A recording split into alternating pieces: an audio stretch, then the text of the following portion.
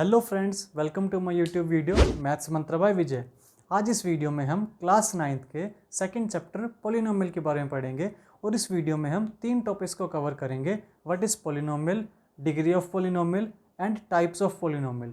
तो सबसे पहले हम देखते हैं व्हाट इज़ पॉलिनोमियल।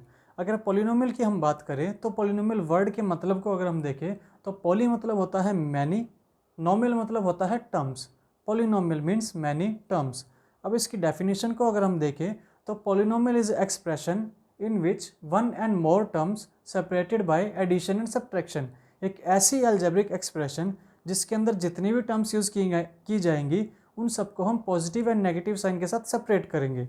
जैसे देखिएगा, जो 4x + 2 है या फिर x² + 4x - 4, इन दोनों टर्म्स के इन दोनों अलजेब्रिक एक्सप्रेशन के अंदर पॉजिटिव एंड नेगेटिव साइन का यूज़ करके टर्म्स को सेपरेट किया गया है।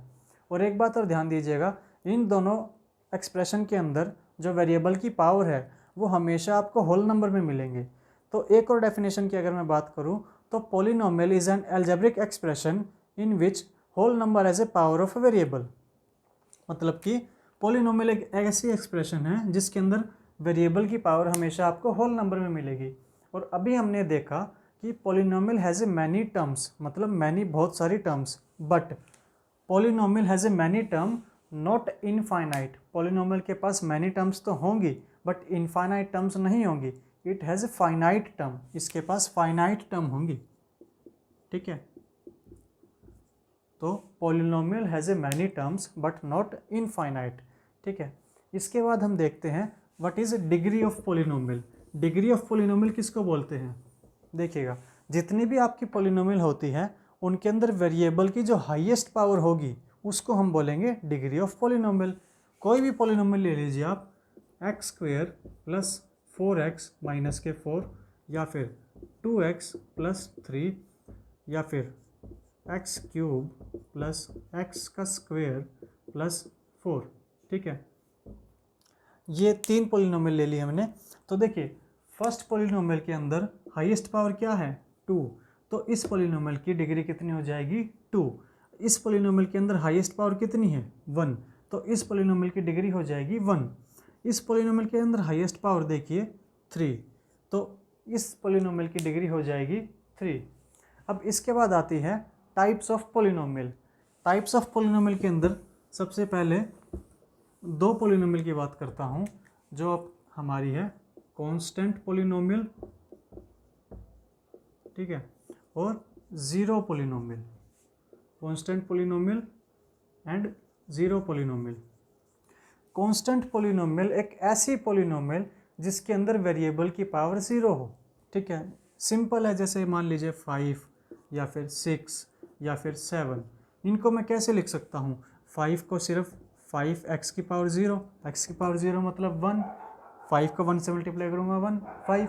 ठीक है, और 6x 0, 7x की पावर 0।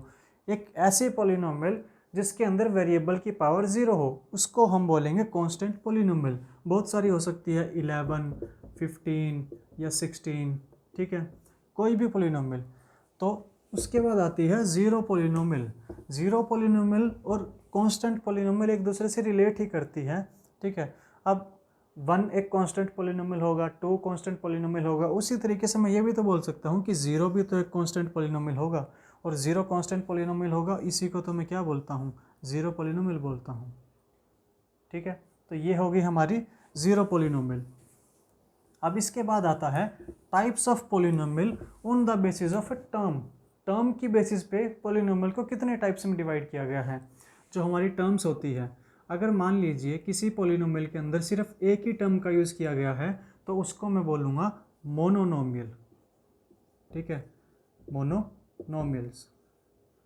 जैसे इसके एग्जांपल की बात करूँ तो 2x, सिर्फ 2x, ये एक ही टर्म यूज़ की गई है। जैसे मान लो 5, ये भी एक मोनोनोमियल है। 2x², ये भी एक मोनोनोमियल है। या फिर x की पावर 4, ये भी एक मोनोनोमियल है।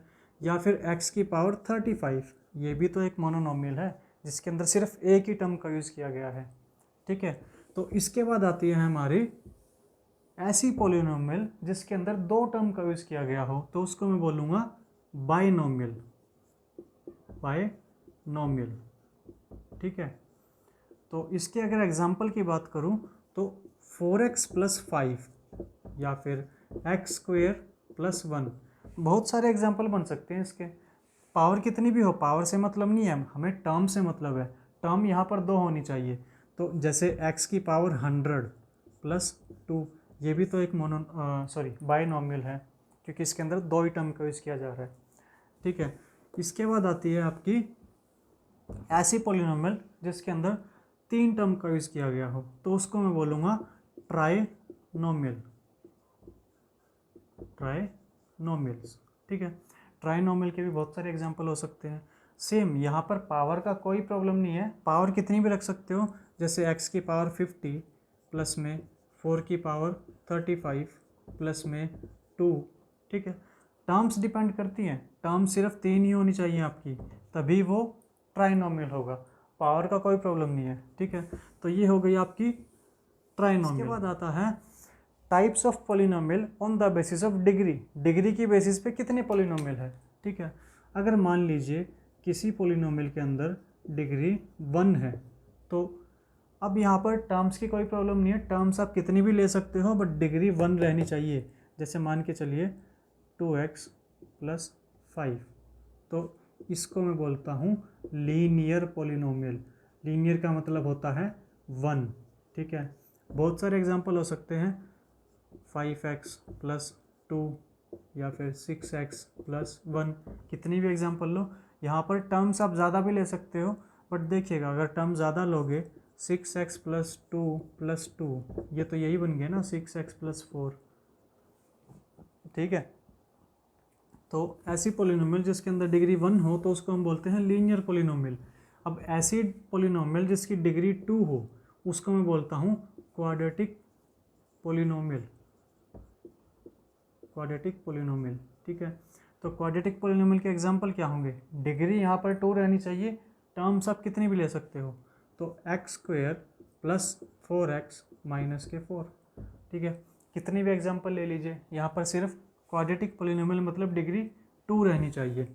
अब इसके बाद आती है आपके जिसकी डिग्री 3 हो, जिसकी डिग्री 3 होगी उसको मैं बोलूँगा क्यूबिक पॉलिनोमियल, ठीक है। क्यूबिक पॉलिनोमियल, क्यूबिक का मतलब होगा 3, मतलब जिसकी डिग्री 3 होगी।